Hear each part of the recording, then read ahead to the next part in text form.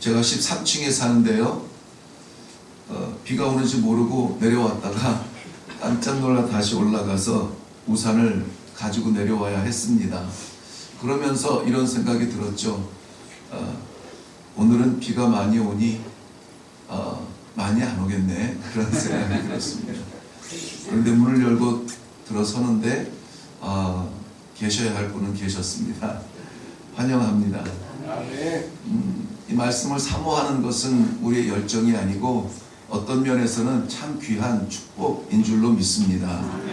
저는 오늘 이 말씀 가운데 축복을 현재형으로 누리기를 바라는 마음으로 이 말씀을 준비했습니다.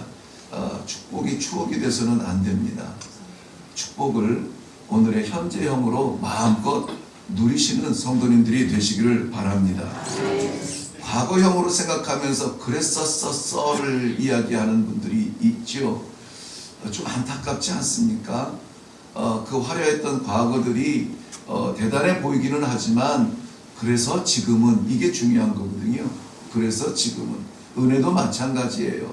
내가 처음 예수 만났을 때 그때 내가 어떤 은혜를 받았고 어떤 축복의 길을 걸었고 왕년에는 내가 이랬고 많은 축복의 결과들을 이야기할 수 있는데 정말 복된 성도는 지금 누리는 성도 아닐까요? 지금 오늘 하나님께서 비가 추적추적 내리는 이날 하나님께서 말씀의 축복을 허락하여 주실 줄로 믿습니다. 그러므로 오늘의 축복이 우리에게 간증거리가 되고 내가 살 뿐만이 아니라 나의 간증을 듣는 우리의 이웃들도 살아나는 귀한 생명의 복이 있기를 바랍니다.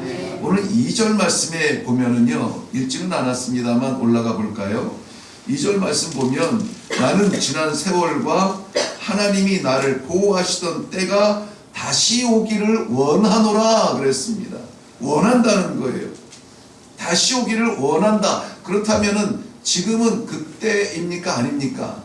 아닌 거예요. 지나갔어요. 그때가 다시 오기를 원한다는 거예요. 그런데 그때가 언제냐면은, 어떤 때냐면은 하나님께서 나를 보호하시던 때. 하나님께서 나를 보호하시던 때. 이 친구들과의 대화 속에서 여전히 이 자신이 당하고 있는 이러한 고난들, 어떠한 죄악과 부끄러움 때문이 아니라 하나님의 전적인 주권에 의한 것임을 고백하면서도 사실 욥의 마음속에도 너무나 힘이 드는 거예요. 하나님께서 나를 잊으셨나? 하나님께서 나를 버리셨나? 하나님이 살아계시기는 하는 건가? 점점점 자신의 희미해져가는 그러한 모습을 오늘 이 고백 가운데 볼 수가 있습니다. 하나님께서 나를 보호하시던 그때 다시 왔으면 좋겠다. 지금은 아닌 것 같다. 이 고난을 보니까 아닌 것 같다. 이 고난을 보니까는 나를 도우시지 않는 것 같다. 라는 그런 안타까운 마음으로 시작하고 있습니다. 욥의 축복이 과연 과거형으로 끝났을까? 욥이 그리워하는 그때의 축복을 한번 살펴보면, 이 본문 말씀에 보면은 2절부터 오늘 우리가 보기 전까지 이 3절에 보면 그때는 4절에도 중반 이후에 보면 그때는 5절에도 그때는 자꾸 그때는 말하고 있어요. 그때가 어떤 때였냐면은 욥이 그리워하는 축복의 때거든요. 그 축복의 때는 어떤 때냐면은 하나님께서 나를 보호하시던 때다 그랬어요. 아무리 내가 연약하고 내가 아무리 준 것이 없어도 하나님이 나를 보호해 주는 것이 느껴질 때에 그때는 정말 내가 축복의 길을 걸었다는 것입니다. 그 하나님께서 보호해 주시는 것을 사탄도 느낄 수 있을 만큼 욥기 1장 10절에 보면은 사탄이 하나님 앞에서 욥의 그 믿음을 시험할 때 하나님께서 그와 그의 집과 그의 모든 재물들을 산 울타리처럼 이렇게 지켜주시니까 그가 믿음이 있노라 말하는 거 아닙니까? 라고 말할 만큼 하나님께서는 산 울타리처럼 지켜주셨다는 거. 그런데 이 고백이 사탄의 그런 고소가 19절에 가면은 이 욥의 마음, 19장에 가면 욥의 마음을 흔듭니다. 하나님께서 나를 원수처럼 대하시는 것 같아. 전에는 하나님이 나를 큰 산의 울타리처럼 지켜주셨는데 지금은 나를 마치 미워하는 사람처럼 원수처럼 나를 대하시는 것 같다. 이럴 수가 없는 것 같다 하는 그런 아픔을 이야기하고 있습니다. 하나님이 나를 지켜주셨을 때 참 좋았는데, 또 4절 말씀에 보면은 그때 그 축복의 날, 그때는 어떤 때였냐면은 하나님께서 내 장막에 기름을 발라주셨을 때 그랬습니다. 내 장막에 기름을 발라주셨다. 어디를 가든지 풍요로웠다는 것이에요. 하나님께서 복을 주셨다는 것인데요. 우리나라 번역된 책 이전에 글을 보니까는 하나님께서 이 복을 어떠한 심령으로 주셨냐면 우정의 마음으로 주셨다는 거예요. 우정의 마음. 하나님께서 내 친구라고 말하는 사람이 많지 않거든요. 그런데 이 욥의 가정에 복을 주실 때에 하나님께서 우정의 마음으로 가까이 친근하게 느끼시며 주고 싶은 것을 주고, 막고 싶은 것을 막으시고, 막아야 할 것을 막으시고, 주고 싶은 것을 주는 그러한 축복이 욥의 가정에 있었다는 것입니다. 그때가 그립다는 것이죠. 또 그때는 하나님께서 전능자가 나와 함께 하셨던 때다라고 말합니다. 그때는 하나님께서 나와 함께 하셨는데, 계속 여호와께서 하나님께서 이렇게 이야기하다가 전능자라고 말합니다. 5절 말씀에 보면 그때는 전능자가 아직도 나와 함께 계셨다.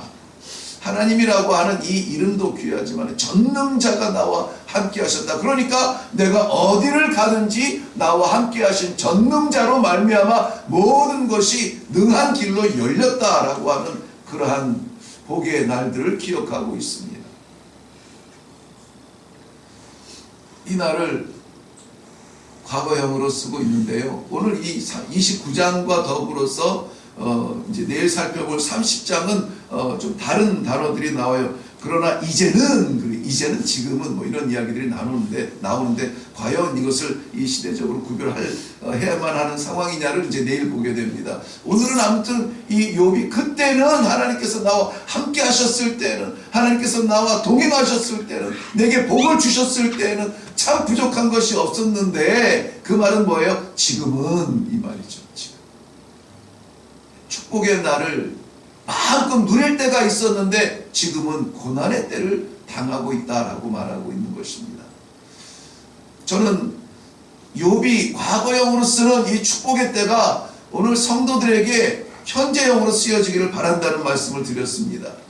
욥도 그러한 축복의 때가 있었는데 그런 축복의 때에 욥의 삶의 모습이 궁금해졌어요. 그래서 사실은 이 본문을 1절부터 10절까지 잡을 수도 있지만 11절 이후로 잡은 것은 그 축복의 때의 욥의 삶은 어땠는가, 이것을 우리가 같이 살펴보기를 원하는 것입니다. 그렇다면 우리가 복을 받았는지 안 받았는지 믿음으로 할 수 있지만은 무엇을 보아 알 수 있냐면 우리의 삶을 보아서 알 수가 있어요. 욥에게는 지금 축복의 때를 말하면서 그때는 이렇게 살았다는 것이 11절부터 나오는 거거든요. 그렇다면은 우리가 어떻게 복을 받았는지를 어떻게 알 수 있냐면은 우리의 삶의 모습을 보면은 알 수가 있다는 것이죠. 무슨 말씀인지 이해가 가시죠? 자, 그래서 욥이 축복 받았을 때에 그는 어떻게 살았을까? 그것을 한 3가지 정도로 좀 살펴보기를 원합니다. 먼저는 12절 말씀 보면,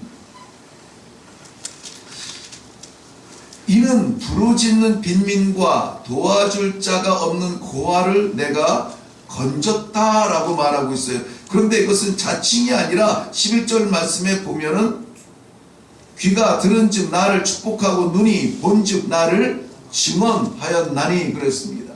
사람들의 귀에 들렸고 사람들의 눈이 무엇을 보았냐면은 내가 부르짖는 빈민과 도와줄 자 없는 고아들을 건져주었다라는 것이에요. 언제? 하나님께서 나와 함께 하실 때, 언제? 축복의 삶을 누리고 있을 때, 그 축복을 나만 받는 것이 아니라 내가 사람들을 건져주었다, 도와줄 자가 없는 자를 도와주었다라는 것입니다. 누가복음 6장 38절 말씀에 예수님께서도 주라 그리하면 너희에게 줄 것이요 곧 후히 되어 누르고 흔들어 넘치도록 하여 너희에게 안겨주리라 그랬습니다. 그냥도 안 준다 그랬어요. 안겨주리라 그랬어요. 이것을 사도 바울은 사도행전 20장 35절에 이렇게 발전시킵니다. 주는 것이 받는 것보다 복이 있다 라고 말하고 있어요. 주는 것이 받는 것보다 복이 있다. 이것은 사도 바울의 많은 명언 가운데 하나가 아닙니다. 명언 가운데 하나가 아니에요. 예배소 교회를 3년 넘게 섬기다가 마지막 이별의 현장에서 에베소에 있는 장로들을 초청하여서 함께 마지막 말을 나누는 거예요. 그러니까 3년 동안 섬기던 그 교회를 향한 마지막 말이에요. 왜냐하면 그 뒤에 이 말을 한 뒤에 주는 것이 받는 것보다 복되다는 말을 기억하라는 이 말을 끝난 다음에 서로 끌어안고 기도하며 울거든요. 왜 웁니까? 다시는 얼굴을 보지 못하리라 하는 그 말 때문에 이제는 못 볼 텐데 어떻게 하면 좋아? 이제는 없고. 그러니까 마지막 말이에요. 예배소 교회를 향한 마지막 말이에요. 3년을 가르치고 마지막 결정적인 말이 뭐냐면은 주라.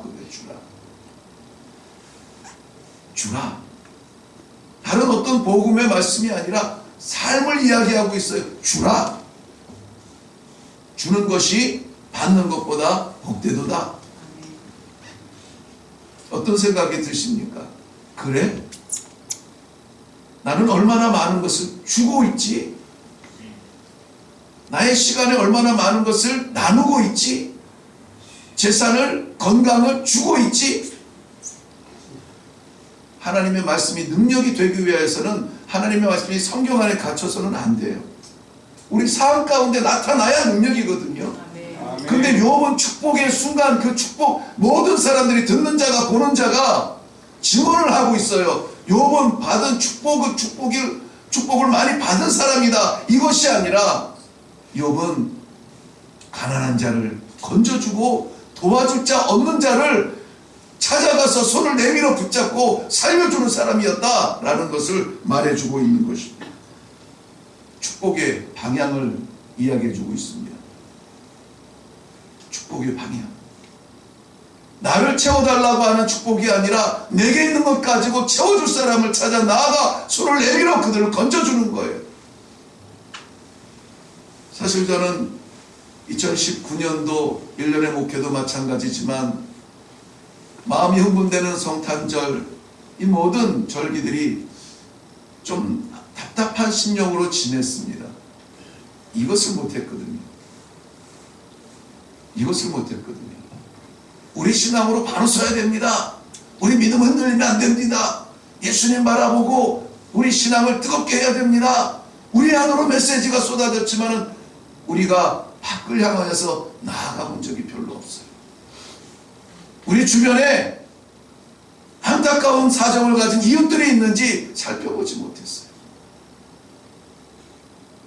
이 말씀을 묵상하면서 참 선포하기 어렵지만 하나님께서 나와 여러분들에게 오늘의 삶의 축복의 방향을 말씀해 주신다 생각을 하고 기꺼이 말씀을 나누는 것입니다. 욥은 그 축복의 날에 망하게 될 자를 찾았고 과부의 기쁜 노래가 되었고 뒤에서 계속 나오는 이야기입니다. 맹인의 눈도 되었고 다리 저는 사람의 발도 되었고 빈궁한 자의 아비도 되었다. 불쌍한 이웃의 친구가 되었다. 이러한 축복을 누렸다는 것입니다. 진정한 축복이죠. 예수님께서도 소자에게 물 한 그릇 준 것이 곧 나에게 한 것이라.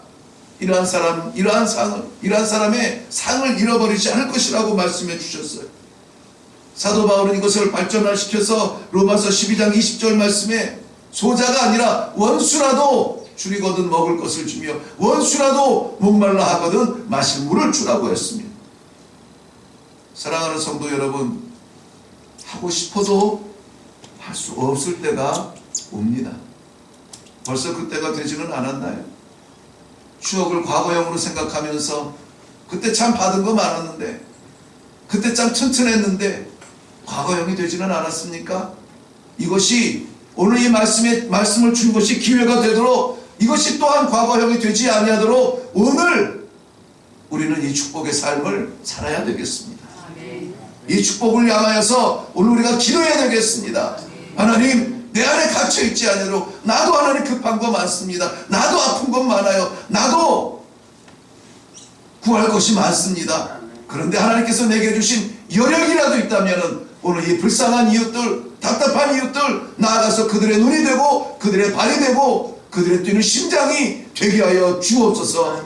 우리의 시간을 드리게 하옵소서. 우리의 건강을 드리게 하옵소서. 우리의 재물을 드리게 하옵소서. 결단하는 이 아침이 되기를 주님의 이름으로 축원합니다. 우리 주변에는 억울한 사람이 없기를 바랍니다. 욥은 그 축복의 날에 16절 하반절 말씀 보면 모르는 사람의 송사도 도왔고 17절에 불의한 자의 톱뼈를 부수고 노획한 물건을 그 이사이에서 빼어내었다라고 말합니다. 약탈당한 자들을 거저 지나가지 않았다는 것입니다. 지금 이 시대는 분명히 약육 강식의 시대입니다. 강한 자가 약한 자를 누르고 빼앗아 먹는 그것을 자랑하는 시대가 되었습니다. 그러나 우리의 기쁨은 빼앗은 것에 있는 것이 아니라 우리의 기쁨은 얻는 것에 있는 것이 아니라 다른 곳에 있어야 되겠습니다. 억울하고 연약한 우리들의 이웃들을 찾아 나눌 수 있는 그러한 신앙이 되기를 바랍니다. 좋은 신앙의 모델이 되기를 주님의 이름으로 축원합니다. 기도하겠습니다.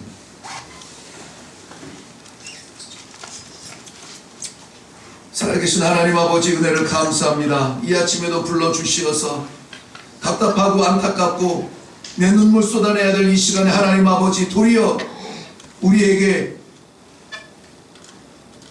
여전히 우리가 축복 가운데 있음을 알게 하시고 그 축복을 나눌 수 있도록 우리의 삶의 방향을 정하여 주시니 감사합니다.